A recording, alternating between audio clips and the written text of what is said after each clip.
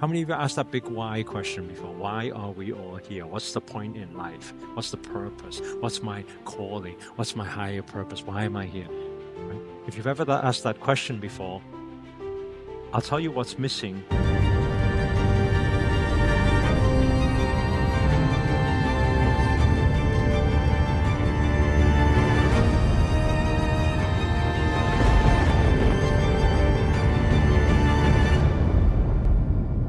You may have a goal right now. Right? When I was in my early 20s, I had a goal. My goal was to open a restaurant. My goal was to open a chain of restaurants. Do you think that was my soul calling? We only have a goal based on what we know. My dad used to always say to me, because I was never the academic type, I was so bad at school. I was the D grade student. I was the introvert. I was the shy kid. Anybody can relate to what I'm saying? I was that kid. Because I was that kid, my dad used to always say to me, what are you going to do with your life? I mean, what can you do apart from like work in a restaurant or job or something? What are you going to do? You've got no qualifications. You're not smarter than other people. What are you going to do? So imagine when I dropped out of college, my first job was in a restaurant. That's the job I wanted. I thought I wanted, but it's not what I wanted. It's what I was conditioned, you see? And who would know that the next 7 years of my life, I would be in food and beverage. I would be working in restaurant businesses. Keep chasing one goal after another, just feeling empty. How many of you have been swayed upon what is a right relationship for you before? I know I did as well. From my teens to my early 20s, through my 20s, I had an idea. Oh, I'm supposed to get married at this age, and the type of wife I need has this type of specification. I thought that's what I wanted. Why? Because mom and dad will always say, this type of girl is good, that type of girl is not good, this is good, this is bad, you understand what I'm saying? And then, in my mind, it's made up, this is what I want. And then after a few relationships, you realize, hey, wait there a second, I don't think this is what I want. How many of you can relate to what I'm saying? Right? So you can relate to what I'm saying. The whole point, why you need to understand what Angela is just explaining here, is because right now, if you are making a goal based on this part here, it's highly likely you're going to be left with disappointment. Why? Because your mind has not opened up yet to who you truly are and what's actually right for you. Are you guys understand what I'm saying? And that's also why, let me ask you this question. How many of you have ever had a moment before, maybe relationships may be okay, maybe career seems to be okay, maybe from other people's perspective, you're doing pretty well. But sometimes you can even sit there and ponder upon that big question.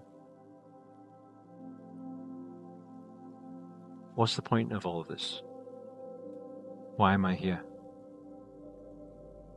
What's the point? Why do we do what we do? We live, we die, we work, what's the point?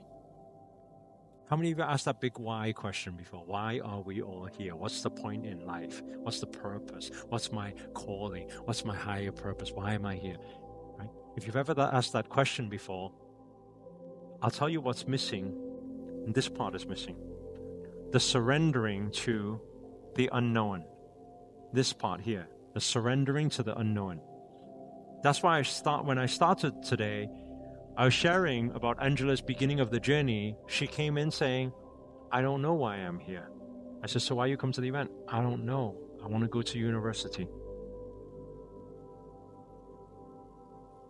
And then what was the secret behind manifesting a miracle, something that wasn't even planned by her back then? Allowing universe to manifest through you. I want you to write that down, by the way. allowing the universe to manifest through you. That's the most powerful way to manifest. You become the channel, you become the vessel. What does it require for you to do that? Number one, it requires, everybody please take your hands, place it on your head, okay, and repeat after me. My mind is open. Okay, one more time, say it to yourself. Why do we do these silly gestures, by the way? This is so silly. Why are we doing it? This is all like NLP. It's creating an anchor. It's logging into your subconscious. So it seals the deal. You know, you remember what you're learning. So your hands here. My mind, say it to yourself. My mind is open. Okay? Turn to the person next to you, say, keep it open. Turn to the other side, say, keep it open. Everybody, keep your minds open.